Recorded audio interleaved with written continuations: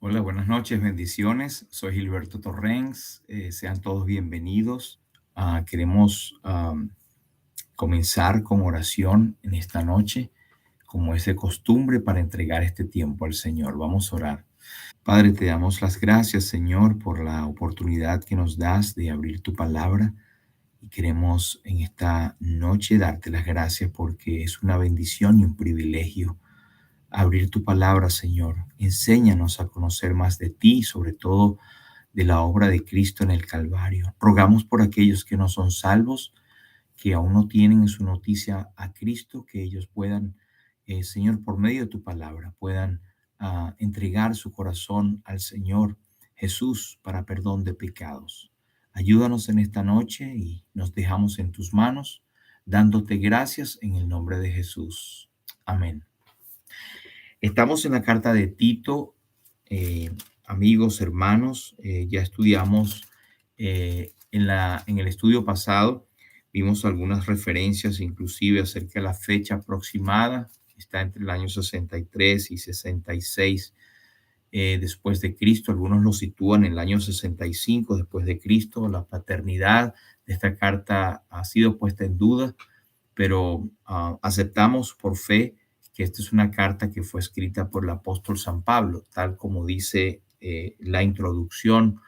En cuanto al tema, vimos también de cuál es el tema que el apóstol escribe o que tiene en su corazón al escribirle esto a Tito, que son las condiciones requeridas para los pastores o ancianos o presbíteros o obispos. Eso ya lo vimos y vamos a verlo más adelante también. También hablamos acerca de las descripciones de quién realmente era Tito. Y vemos también la introducción, hablamos un poco de la introducción tan larga o tan densa que el apóstol pone, eh, aún escribiéndole a un amigo o a un hijo en la fe como era Tito, y vimos algunas lecciones importantes allí, pero en esta ocasión vamos a estar comenzando desde el versículo 1. Pablo, siervo de Dios y apóstol de Jesucristo, conforme a la fe de los escogidos de Dios y el conocimiento de la verdad que es según la piedad. Pues Pablo se identifica aquí como siervo de Dios y apóstol de Jesucristo. Lo primero, siervo de Dios, le muestra como esclavo del Señor. Y esto nos recuerda cuando tuvo el encuentro con el Señor Jesús y él le dice, ¿quién eres, Señor? El Señor le contesta, yo soy Jesús a quien tú persigues.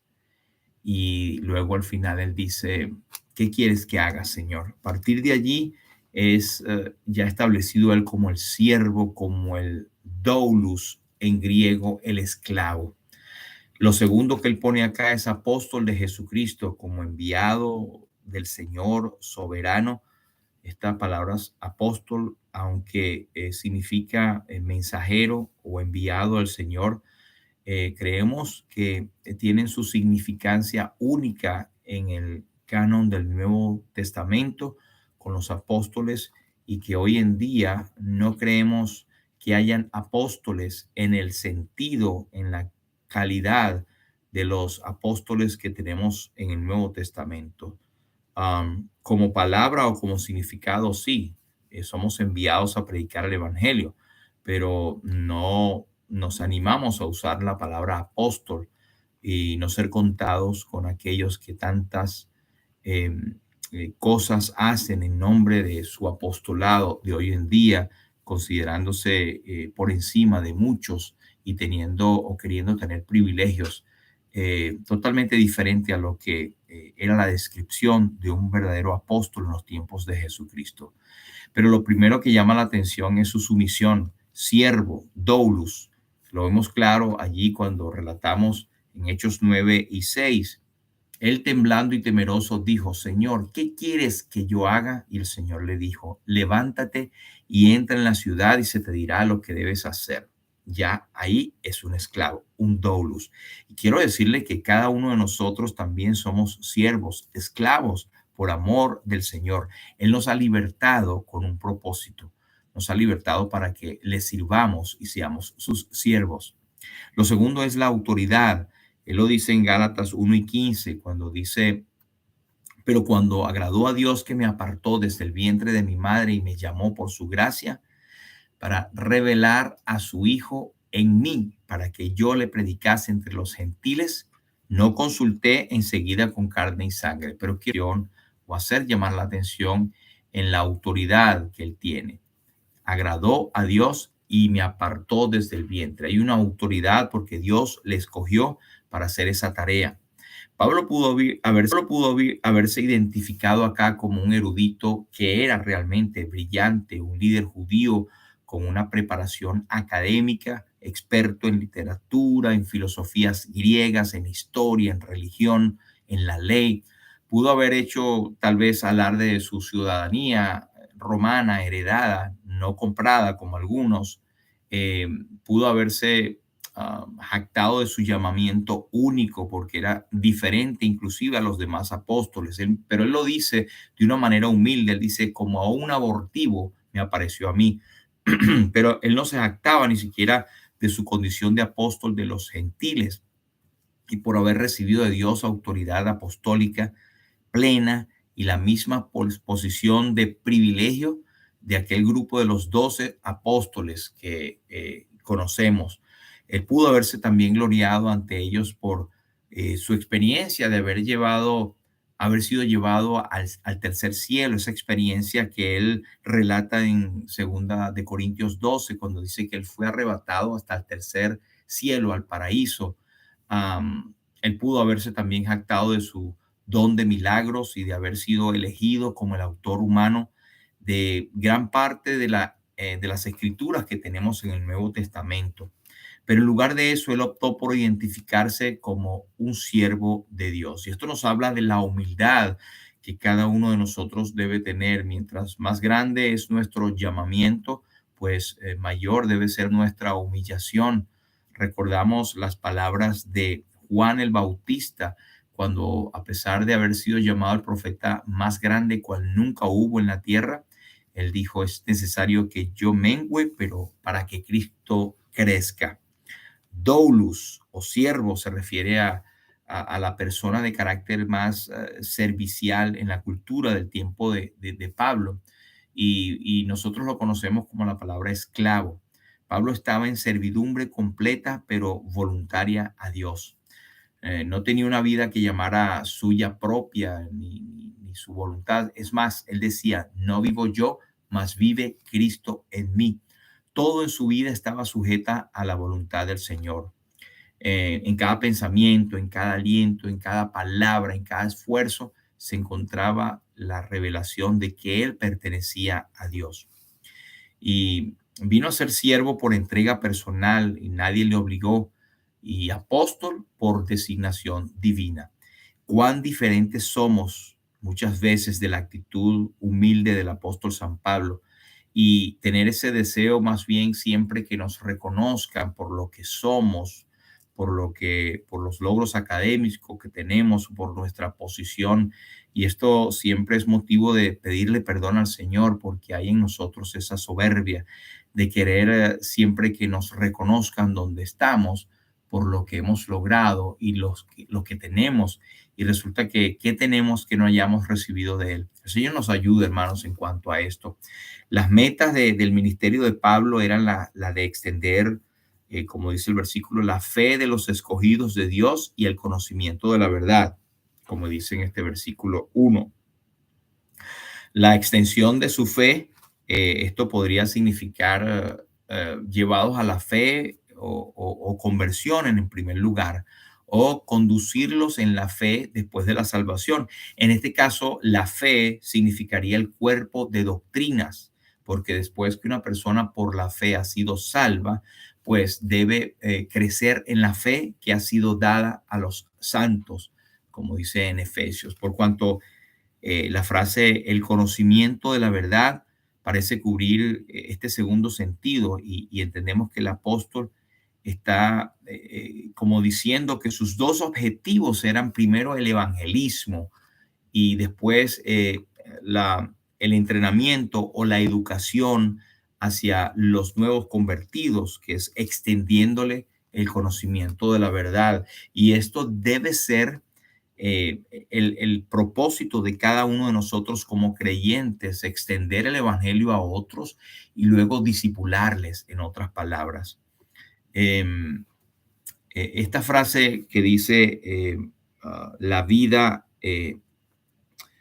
eterna en el versículo 2, en la esperanza de la vida eterna, la cual Dios, que no miente, prometió desde antes del principio de los siglos.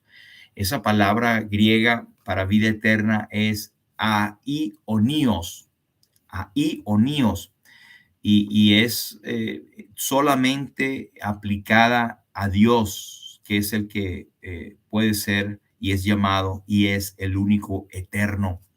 Lo que el cristiano de Dios, lo que a nosotros se nos ofrece como creyentes en Cristo es tener parte de la naturaleza divina, la esencia eterna de Dios. Y este es un privilegio grandísimo, eso lo dice el apóstol Pedro también. Es el ofrecimiento del poder de Dios y lo pensemos así, hermanos, en nuestras frustraciones, en nuestras tristezas, en nuestro andar, en nuestros problemas, en nuestros fracasos. Sepamos que tenemos la naturaleza divina morando en nosotros y tenemos la esencia de lo eterno. Bueno, ya de hecho nuestra alma es eterna y según el hombre escoja aquí, tendrá su eternidad, como dice el himno, pero que pensemos que Dios es en nosotros, su eternidad, su esencia misma está en nosotros, y esto debería ser un motivo de gozo.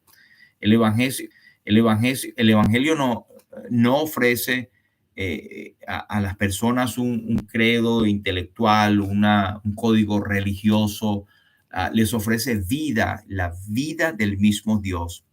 Y yo les doy vida eterna. Cristo vino para darnos vida y vida en abundancia. Es la vida eterna, la vida misma de la esencia de Dios. Y cuando él dice que ha sido llamado a promover la fe a los escogidos de Dios, el apóstol nos asoma la doctrina de la elección y creemos, hermanos, en esta doctrina bíblica de la elección. Hemos sido escogidos, como dice Efesios 1:4, según nos escogió en él antes de la fundación del mundo para que fuésemos santos y sin mancha delante de él.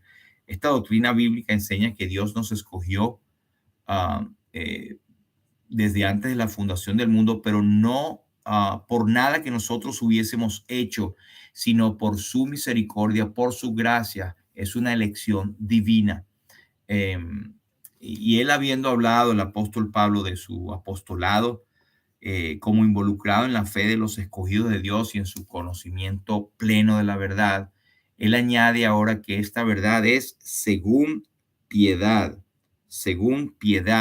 en la última parte del versículo 1. Esto significa que la fe cristiana es consecuente con la verdadera santidad y está adaptada para conducirnos como hombres pecadores a la verdadera piedad práctica, pero esto se logra con el Espíritu Santo y en un verdadero creyente que tiene a Cristo. El hombre sin Cristo puede hacer esfuerzos tremendos, pero su esencia de pecado permanece y no puede llegar a la verdad práctica, a la piedad práctica. Pero dice, conforme a la fe se exige la pureza de vida. Um, Alguien dijo de un predicador, eh, cuando estaba en el púlpito, la gente deseaba que nunca lo dejase, pero cuando estaba fuera del púlpito, deseaban que nunca dejase su vida cotidiana. Son cosas para reflexionar. Este versículo 2 nos dice en la esperanza de la vida eterna, en la cual Dios, que no miente, prometió desde antes del principio de los siglos. En el Nuevo Testamento, la vida eterna se nos refiere a nosotros como una esperanza, pero no es una esperanza como algo que implica incertidumbre, sino como una posesión presente y verdadera En el momento que nosotros creemos en Cristo, tenemos la vida eterna como una posesión presente. No es que la vamos a tener, ya la tenemos. El que oye mi palabra y crea al que me envió tiene vida eterna y no vendrá condenación, mas ha pasado de muerte a vida. Entonces es bueno que recordemos eso, hermanos, que no es que vamos a tener la vida eterna, ya tenemos la vida eterna. Si nosotros como creyentes cerramos los ojos de la muerte en este momento, tenemos ya una morada celestial preparada para nosotros. Tenemos la vida eterna. En este momento la disfrutamos y venimos a ser herederos de todos los beneficios de su obra redentora. Pero claro, no experimentaremos el gozo práctico de estas bendiciones hasta que lleguemos a nuestro eterno hogar.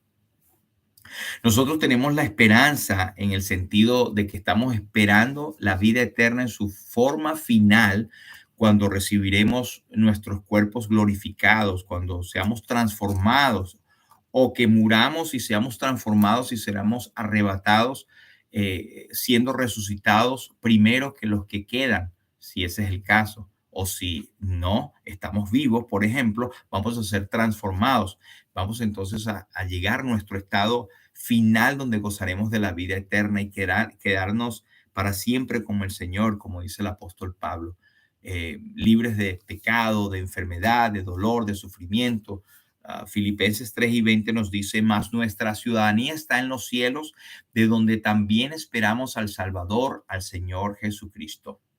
Pero dice el versículo que Dios, que no miente, prometió desde antes del principio de los siglos. ¿Qué quiere decir esto? Bueno, la esperanza es cierta porque Dios la prometió. Eso no tiene discusión. Nada es tan seguro como la palabra de Dios, que no miente, que no puede ser engañado y que no querría engañar. Dios no puede mentir. Y no hay riesgo alguno en creer lo que Él dice. De hecho, nada es más razonable para la criatura que creer en su creador. Dios prometió la vida eterna antes de los tiempos eternos. Y esto lo podemos entender, según algunos, en dos maneras. Primero, que Dios decidió en la eternidad pasada dar vida eterna a todos los que creyesen en el Señor Jesús, en su Hijo. Él lo decidió y eso es una promesa. O bien puede también significar que todas las bendiciones de la salvación estaban como compactadas, contenidas en una forma inicial, como alguien llamó el protoevangelio en Génesis 3:15. Usted puede leer eso después, que esa bendición de la salvación estaba allí encapsulada desde el principio como promesa.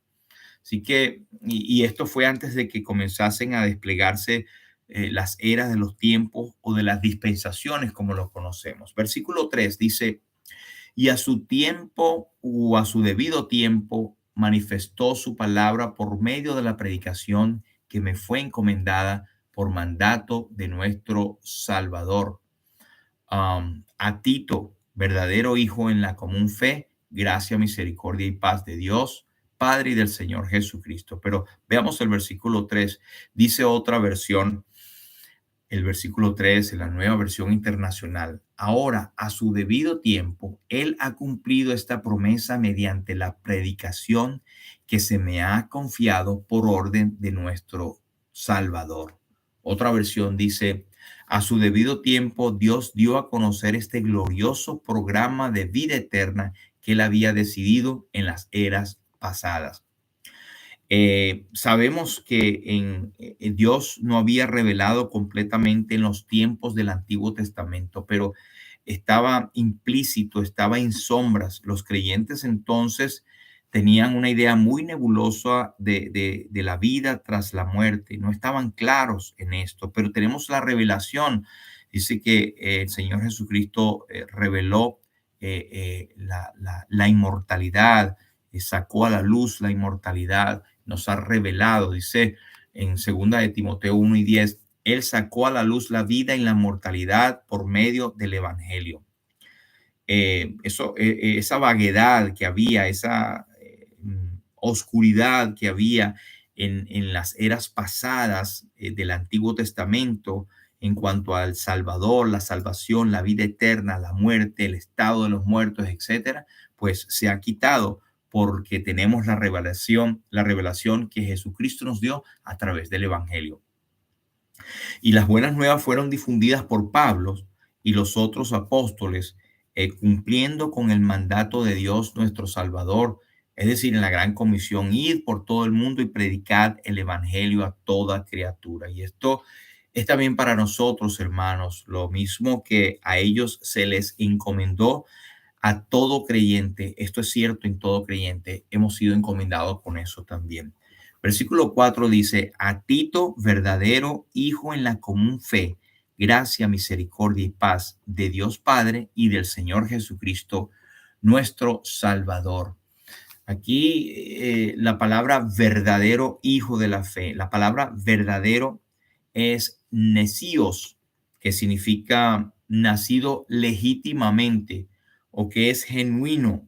También se traduce fiel esta palabra en expresiones como la que el apóstol usa de Epafrodito en Filipenses 4:3, cuando dice compañero fiel. Esa misma palabra compañero fiel es también la misma palabra que se usa acá como verdadero, verdadero, que es legítimo. Um, y es un término exclusivo del apóstol San Pablo. Pero al parecer, según dicen los expertos, es mejor traducción colocar niño que hijo. Niño en griego es teknon. A propósito, esta palabra teknon o niño es la misma palabra que usa el apóstol San Juan en su primera carta cuando dice, hijitos, estas cosas os escribo para que no pequéis. Y la mejor traducción es teknon, que está en griego allí, es niñitos. Y sería una mejor traducción que hijo porque enfatiza el hecho del nacimiento y muestra también o indica afecto por parte del quien lo dice. Entonces, esta carta se dirige a Tito, ¿verdad? Verdadero hijo o niño de Pablo según la fe en común. Y hablamos quién es Tito, ¿verdad? Lo vimos en la introducción, en tres de las cartas del apóstol San Pablo. Sabemos que Tito era griego, por Gálatas 2 y 3, que renació en la fe en el Señor Jesús, muy posiblemente por el ministerio de Pablo, como hemos dicho, verdadero hijo, verdadero niño mío. Es decir, que al parecer fue Pablo el que lo condujo a la fe. En 2 Corintios 8:3 nos dice que él nombra a Tito como su compañero fiel y colaborador, y en otros pasajes, y esto lo vimos en el estudio pasado. Pero en este tiempo que estamos hablando de Tito, como ahora también estaba librándose una batalla acerca de cuál era el verdadero evangelio. Es lo mismo que hoy. El evangelio hoy está disuelto, está pervertido, eh, eh, está añadido o adulterado porque es la obra del enemigo. Pero en aquel entonces, de un lado estaban Pablo y todos aquellos que enseñaban la salvación por gracia mediante la fe, sin ningún tipo de añadiduras. Y del otro lado estaban los judaizantes, que en aquel tiempo eran las personas que querían añadirles, como hoy en día existen tantas denominaciones, como por lo menos los adventistas del séptimo día, que quieren añadir o siguen añadiendo partes de la ley, creen que tienes que cumplir parte de la ley para completar la salvación. Y siempre decimos esto, que Cristo suplementado es un Cristo suplantado. Los judaizantes insistían en que la circuncisión, por ejemplo, y por tanto la observancia de la ley, eh, por ejemplo, como dice la carta a los Gálatas, era un requisito para la ciudadanía de primera clase en el reino de Dios. Es decir, para ser salvo, para entrar en el reino de los cielos, tenías que someterte a todos los rituales de la ley, cumplir la ley. Y Tito, a propósito, vino a ser parte de esta controversia. En Gálatas 2:1, el apóstol dice que junto con Bernabé llevaron consigo a Tito. Dice, después de pasado 14 años, subí otra vez a Jerusalén con Bernabé, llevando también conmigo a Tito. En esta ocasión fue para una conferencia con los ancianos y los apóstoles o los pastores de aquel entonces. Y la decisión, que usted la puede leer completa en Hechos 15, es que el gentil, como Tito, no tenía por qué someterse a las leyes y ceremonias judaicas para ser salvo, porque por gracia sois salvos, como luego el apóstol escribe en Efesios, ah, en Hechos capítulo 15, versículo 11, se dice: antes creemos que por la gracia del Señor Jesús seremos salvos de igual modo que ellos. Los gentiles no tenían que convertirse en judíos. Más bien, judíos y gentiles venían a ser una nueva creación cuando venían a Jesús. Un solo cuerpo, como habla el apóstol luego en otras cartas. A partir de entonces, Tito vino a ser uno de los más valiosos colaboradores de Pablo, sirviendo como enviado especial o comisionado para resolver problemas en Corinto y Creta. El apóstol lo envió primeramente a Tito, a Éfeso y después a Corinto. Y se supone que para corregir algunos desórdenes doctrinales y morales que habían en las asambleas o las iglesias de allí.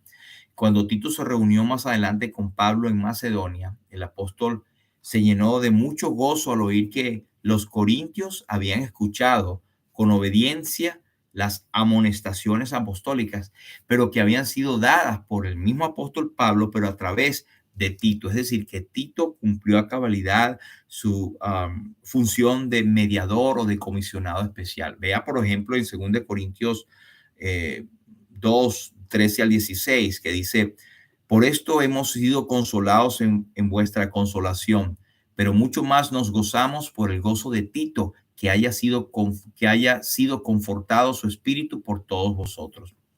Ahora, la última mención que tenemos de Tito, como lo decíamos al principio de estos estudios, en el estudio pasado, aparece en 2 de Timoteo 4 y 10, que dice: porque Demas me ha desamparado, amando este mundo, y se ha ido a Tesalónica. Crescente fue a Galacia y Tito a Dalmacia. Estuvo con Pablo durante parte de su segundo encarcelamiento, Tito, pero luego Pablo dice que partió para Dalmacia, que es, según algunos dicen, la actual Yugoslavia. Pero Pablo pudo haberle enviado allá, pero por el tono del versículo pareciera que Pablo está siendo o fue abandonado y solitario. No sabemos qué pasó allí y solamente sabremos en el cielo si fue que Tito al final lo abandonó o se fue de alguna otra manera, etcétera. Pero vamos a dejarlo hasta aquí. Ya la próxima estudio, Dios mediante, vamos a entrar en el versículo 5, donde vamos a ver un poco más de la razón por la cual Tito fue enviado a la isla de Creta. Vamos a dejarlo hasta aquí entonces.